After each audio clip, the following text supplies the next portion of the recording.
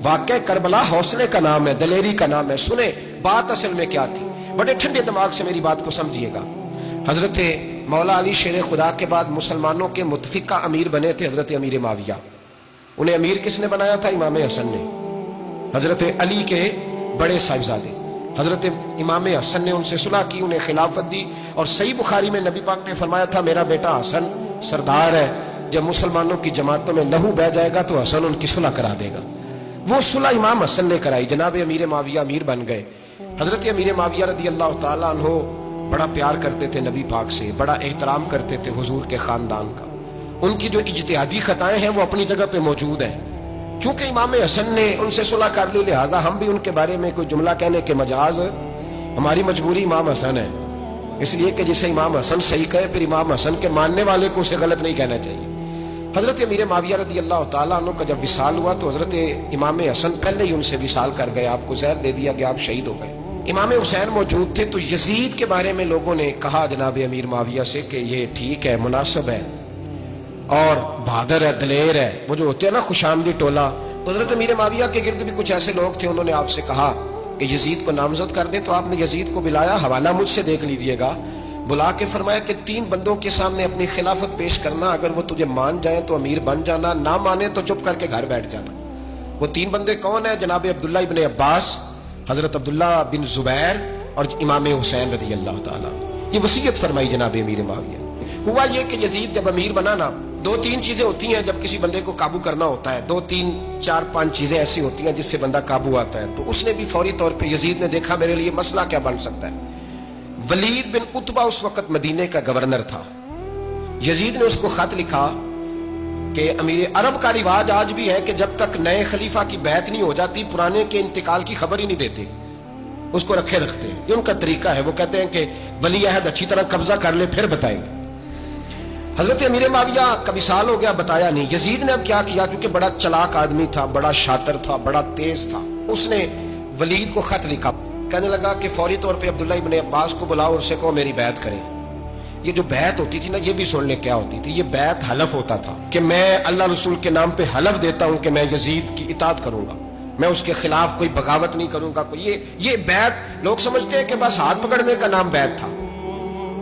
उस बैत का मुतबादल जमहूरी मुल्कों के अंदर वोट आया है। तो कहा बैत करें, हजरत अब्दुल्ला इब्न अब्बास को भी बुलाओ, अब्दुल्ला बिन जुबैर को भी बुलाओ, इमाम हुसैन को भी बुलाओ। इमाम हुसैन आधी रात के वक्त बैठे थे मस्जिद नबी में, चूंकि 5 नमाजों की आप इमामत करते। इमाम हुसैन नमाज पढ़ा के शाह की बैठे थे जनाब अब्दुल्ला बिन जुबैर। अब्दुल्ला बिन जुबैर कौन थे? ये नबी पाक सल्लल्लाहु अलैहि वसल्लम की पुप्पी पोते थे और जनाब सिद्दीक अकबर के नवासे थे हजरत अब्दुल्ला बिन जुबैर। और जनाब जुबैर बिन अवाम अशरा मुबशरा से अभी हैं, उनके बेटे थे, बहुत जीरक आदमी थे। ये भी इमाम हुसैन के पास बैठे थे। अब्दुल्ला इब्न अब्बास भी थे जो हुजूर के चचा के बेटे हैं, इस उम्मत के पहले मुफस्सिर है कुरान पाक। ये लोग बैठे थे। तो वलीद ने एक बंदा भेजा, उसने आके कहा जनाब आपको गवर्नर साहब ने बुलाया है। तो अब्दुल्ला बिन जुबैर कहने लगे हुसैन इस वक्त बुलाने की बात समझ में नहीं आई। तो इमाम हुसैन बड़े बसीरत वाले थे, अल्लाह ने बसीरत दी थी। कहने लगे अब्दुल्ला आपको समझ नहीं आई, मुझे समझ आ गई, अमीर माविया विसाल कर गए और ये हमें जो बुलाया गया है ना, ये यजीद की बैत के लिए बुलाया गया है। तो कहा फिर आप आधी रात को ना जाएं, आपके लिए खतरा होगा। तो इमाम हुसैन फरमाने लगे खतरा हुसैन को नहीं होता। नहीं कहा फिर भी आप मेहरबानी करें, जरा एहतियात से जाएं। तो जनाब अब्दुल्ला इब्न जुबैर ने, अब्दुल्ला इब्न अब्बास ने 14 बंदे नेज़े दे के, तलवारें दे के इमाम हुसैन के साथ भेजे और कहा कि इमाम हुसैन अगर उसने कोई गलत मलत बात की ना, जबरदस्ती बैत करने का कहा, तो आप बस कोई एक बात ऊंची आवाज में कर देना, ये सिपाही पीछे आ जाएंगे। इमाम हुसैन उन 14 बंदों को लेकर गवर्नर हाउस पहुंच गए। जब आप वहां पहुंचे, उसने बताया, उसने कहा जी हजरत अमीर माविया इंतकाल कर गए और आपने यजीद की बैत करनी है। तो इमाम हुसैन फरमाने लगे मैं छुप के बैत नहीं करूंगा, मजमा लगाओ, जुमे वाले दिन ऐलान करो, जो तरीका है हजरत अबू बकर सिद्दीक का, जो तरीका है हजरत उमर फारूक का, जो अंदाज हजरत उस्मान गनी का है, जो मौला अली का है, सरेआम ऐलान करो। अगर सारी दुनिया यजीद की बैत करेगी तो मैं भी तैयार हूं। तुम मुझसे बैत लेके फिर लोगों को बताना चाहते हो कि हुसैन बैत हो कर रहे हैं, तो तुम क्यों नहीं कर रहे? मैं आम आदमी नहीं हूं, लिहाजा छुप के बैत नहीं करता। जब ये बात की ना, तो वलीद बड़ा नरम दिल था और इमाम हुसैन की शान को जानता था।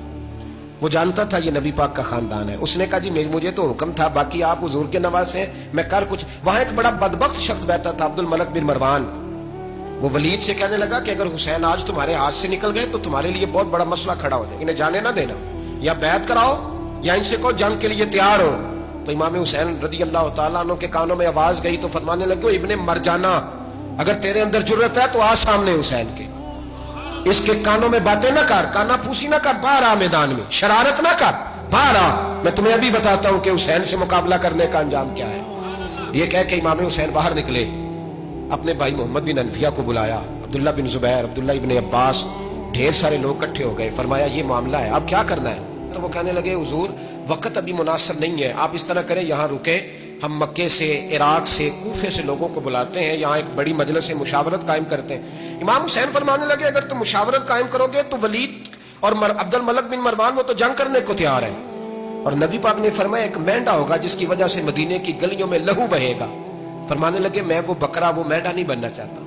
कहा फिर आप क्या करेंगे? तो इमाम हुसैन रो पड़े, फरमाने लगे मैं मदीना छोड़ जाऊंगा, लेकिन मदीने की हुर्मत पामाल नहीं होने दूंगा।